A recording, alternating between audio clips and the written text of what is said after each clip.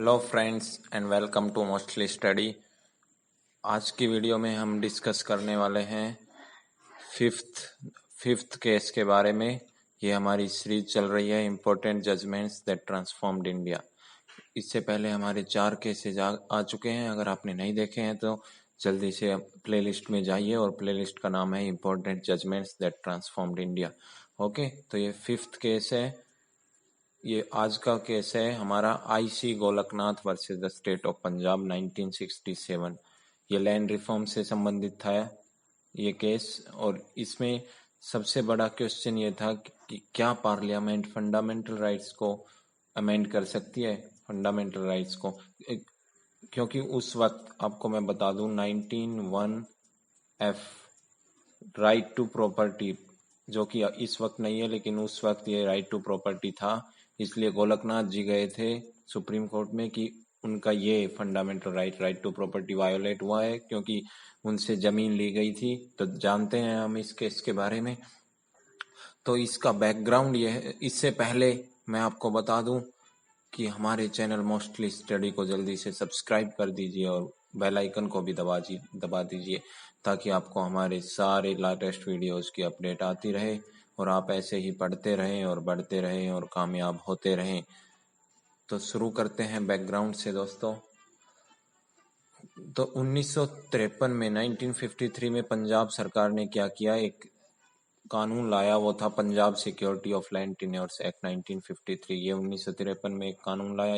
इसको 9th schedule में रख दिया गया। 9th शेड्यूल में मैं आपको बता दूं लैंड रिफॉर्म से संबंधित एक्ट्स होते हैं, और एक और है कि जो भी एक्ट 9th शेड्यूल में है उसको जुडिशियल रिव्यू के लिए नहीं भेजा जा सकता। ये रूल है। हालांकि बाद में सुप्रीम कोर्ट ने कहा है कि 9th शेड्यूल वाले एक्ट्स को भी जुडिशियल रिव्यू के लिए लाया जा सकता है, लेकिन 9th शेड्यूल में इसलिए डाला जाता है क्योंकि इनको जुडिशियल रिव्यू के लिए नहीं लाया जा सकता। तो 17th कॉन्स्टिट्यूशनल अमेंडमेंट से इस एक्ट को 9th शेड्यूल में डाल दिया गया। और गोलकनाथ जी, ये जो आईसी गोलकनाथ थे, इनके पास थी 500 एकड़ जमीन, और इस एक्ट के अनुसार एक परिवार के पास केवल 30 एकड़ ही जमीन रह सकती है। तो यानी इनकी 470 एकड़ जमीन चली जानी है। तो गोलकनाथ को पता चला कि 19(1)(f) के अंदर right to hold and acquire property का अधिकार है, तो ऐसे नहीं छीनी जा सकती। ये फंडामेंटल राइट है, उस वक्त उन्होंने बताया था 19(1)(f) के अंदर। तो फिर गोलकनाथ जी गए आर्टिकल 32 है रेमेडी के लिए। अगर आपके फंडामेंटल राइट्स वायोलेट हुए हैं तो आप सुप्रीम कोर्ट में डायरेक्ट जा सकते हैं कॉन्स्टिट्यूशनल रेमेडी के लिए। तो वो सुप्रीम कोर्ट के अंदर गए गोलकनाथ जी। इसके बाद देखते हैं क्या हुआ। इसके बाद आर्ग्यूमेंट्स क्या आए दोनों तरफ से, देखते हैं। गोलकनाथ जी ने कहा कि फंडामेंटल राइट्स, यहाँ पे राइट्स आएगा, फंडामेंटल राइट्स जो है वो बहुत ही जरूरी है और इंटीग्रल पार्ट है भारतीय संविधान के, कॉन्स्टिट्यूशन के, और उनको दूर नहीं किया जा सकता, उनको वापस नहीं लिया जा सकता, यहाँ तक कि पार्लियामेंट के द्वारा भी। ये उन्होंने कहा। उन्होंने कहा कि आर्टिकल 13(3)(a) इसमें है डेफिनेशन ऑफ ए लॉ, एक लॉ की डेफिनेशन है, कानून की। तो उसके अंदर इन्होंने कहा कि जो कॉन्स्टिट्यूशनल अमेंडमेंट है वो भी आर्टिकल 13(3)(a) के अंदर लॉ माना जाता है। और यानी कि मैं आपको दिखाता हूँ 13(3) के अंदर क्या लिखा हुआ है, अभी देखते हैं हम। ये देखिए, all laws in force in the territory of India immediately before commencement they are inconsistent with the provisions of this part यानी कि पार्ट 3 में हमारे फंडामेंटल राइट्स है। तो ये कहता है कि जो भी पार्ट 3 के इनकंसिस्टेंट है वो सभी वॉइड होंगे, वो सभी नलिफाइड हो जाएंगे, यानी कि कोई भी कॉन्स्टिट्यूशनल अमेंडमेंट वैलिड नहीं हो सकता। तो यहाँ पे लॉ की डेफिनेशन आती है। तो ये देखना, law includes any ordinance, order, bylaw, rule, regulation, notification, custom, usages. तो इसमें सुप्रीम कोर्ट ने कहा था कि इसमें, मैं आपको बताऊंगा जजमेंट में, कि उन्होंने कहा है कि इसमें कॉन्स्टिट्यूशनल अमेंडमेंट भी एक लॉ माना जाएगा इसके अनुसार। ओके, तो आर्टिकल 13 में लिखा हुआ है कि कोई भी लॉ इन फंडामेंटल राइट्स को वायोलेट करता है वो वॉइड हो जाएगा, नल एंड वॉइड। ओके, ये है आर्टिकल 13 आप देख सकते हैं।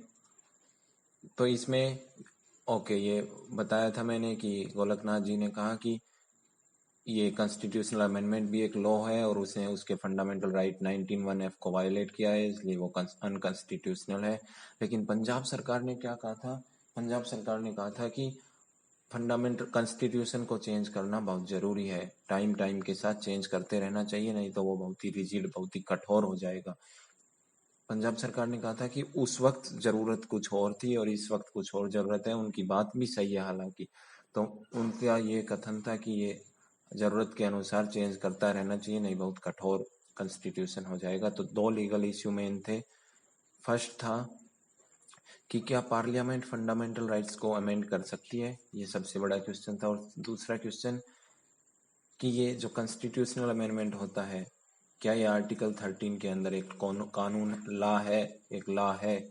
तो देखते हैं जजमेंट क्या आई। सुप्रीम कोर्ट ने कहा था कि parliament can not amend fundamental rights under article, यानी कि 368 आर्टिकल के अंदर फंडामेंटल राइट्स को अमेंड नहीं किया जा सकता, एब्सोल्यूट, यानी कि कभी भी नहीं किया जाए। हालांकि मैं आपको बता दूं कि केशवानंदा भारती केस में इसको चेंज कर दिया गया है और उसके बाद आ गया है बेसिक स्ट्रक्चर, यानी कि फंडामेंटल राइट्स को भी अमेंड किया जा सकता है लेकिन बेसिक स्ट्रक्चर को डिस्ट्रॉय नहीं किया जा सकता। लेकिन अभी हम इसी जजमेंट के बारे में बात करते हैं। तो इस जजमेंट में सुप्रीम कोर्ट ने कहा था कि फंडामेंटल राइट्स को अमेंड करने के लिए एक नई कॉन्स्टिट्यूएंट असेंबली लाना पड़ेगा, तभी हो सकता है, पार्लियामेंट नहीं कर सकता है।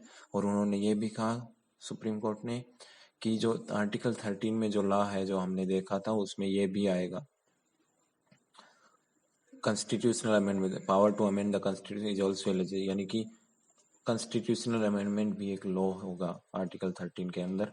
और उसने एक और बात कही थी कि प्रोस्पेक्टिव ओवर रूलिंग, यानी कि ये जो जजमेंट आई है 1967 में, ये जजमेंट 1967 के बाद के केसेस में ही लागू होगी। जो पहले हो चुके हैं उनके डिसीजंस में कोई बदलाव नहीं किया जा सकता। Past decisions of supreme court will not be affected, यानी कि 1967 के बाद से ये लागू होगी, ये थी। और इसके बाद कंसिक्वेंस क्या हुई, इसको ओवरराइड करने के लिए गोलकनाथ जजमेंट को पार्लियामेंट ने क्या किया, 368 को ही अमेंड कर दिया और आर्टिकल 13 को अमेंड कर दिया। उसमें क्या डाल दिया कि एनी अमेंड, आर्टिकल 368 से जो भी अमेंडमेंट होगा उसको लॉ नहीं माना जाएगा आर्टिकल 13 का, उन्होंने ये डाल दिया आर्टिकल 13 में।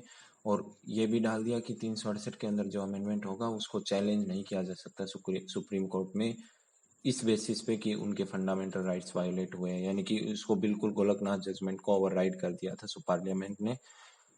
ये देखिए, ये जो डाली हुई है ये 24th अमेंडमेंट से डाली गई थी जो हम बात कर रहे थे।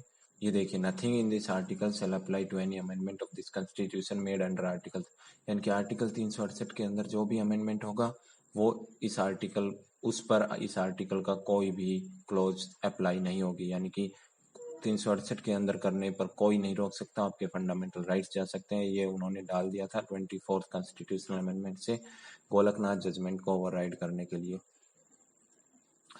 तो दोस्तों ये थी गोलकनाथ जजमेंट, आई होप आपको समझ में आया होगा। इसमें एक जजमेंट तो थी कि फंडामेंटल राइट्स को अमेंड नहीं किया जा सकता और दूसरी जजमेंट थी कि कॉन्स्टिट्यूशनल अमेंडमेंट भी एक लॉ होता है आर्टिकल 13 के अंदर, और prospective over ruling of law, यानी कि जिस दिन ये जजमेंट आई थी उस दिन के बाद से लागू होगी, उसके पहले वाले डिसीजंस पे कोई फर्क नहीं पड़ेगा। आई होप आप लोगों को ये पसंद आया होगा। अगर आपको पसंद आया हो तो हमारी वीडियो को लाइक करना और कमेंट करना और हमारे चैनल मोस्टली स्टडी को सब्सक्राइब करना मत भूलना, और जल्दी से बेल आइकन भी दबा दो क्योंकि हम बहुत ही अच्छी वीडियोज, ऐसी ही वीडियोज लाते रहते हैं ताकि आप पढ़ते रहें। थैंक यू सो मच दोस्तों।